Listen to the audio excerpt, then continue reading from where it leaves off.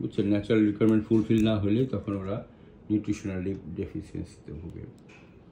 আর একটা জিনিস হলো, আমরা অনেক সময় দেখা যায় ওদেরকে অতিরিক্ত খাবার দিয়ে ফেলি। মানে মুখ দিয়ে দেখা যায় যে হ্যান্ড ফিডিংয়ের সময় দেখা গেলো 5 ml 7 ml একবারে আপনার দেওয়া হয়। এখন 1 ml সমান প্রায় 1 গ্রামের মতো।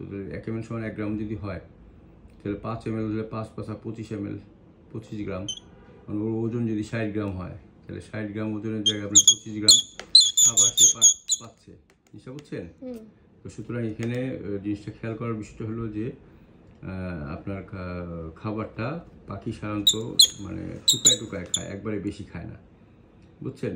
ওয়াইল্ডে থাকলে কিন্তু এত খাবার সে তার মাও খুঁজে পাইতো না, সেও খুঁজে পেতো না। এখন বাসায় আসে বলে আপনি ধরেন ধৈরা ধৈরা মানে যেতে যেতে খাওয়াইতেছেন, তাহলে হবে কি অনেক সময় পেট খারাপ হয়ে যায়, হজম হয় না। হ্যাঁ, এইগুলোর ইফেক্ট পড়ে, পায়খানাতে ইফেক্ট পড়ে। অবশ্য দুর্বল হয়ে থাকলে তখন আপনার ফুসফুসে ইনফেকশন হয়ে যায়।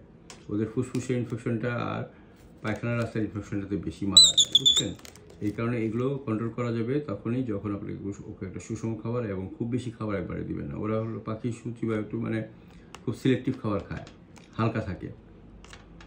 কিন্তু আপনি যখন অতিরিক্ত খাবার দিবেন তখন সেটা হজম হতে পারবে না, পেট খারাপ হয়ে যাবে। এই জন্য প্রতিবেলায় খিদে লাগায় অল্প একটু খাইলো, বাস কিছুক্ষণ পরে আবার দিলেন, তাইলে হবে কি বদহজম হবে না এবং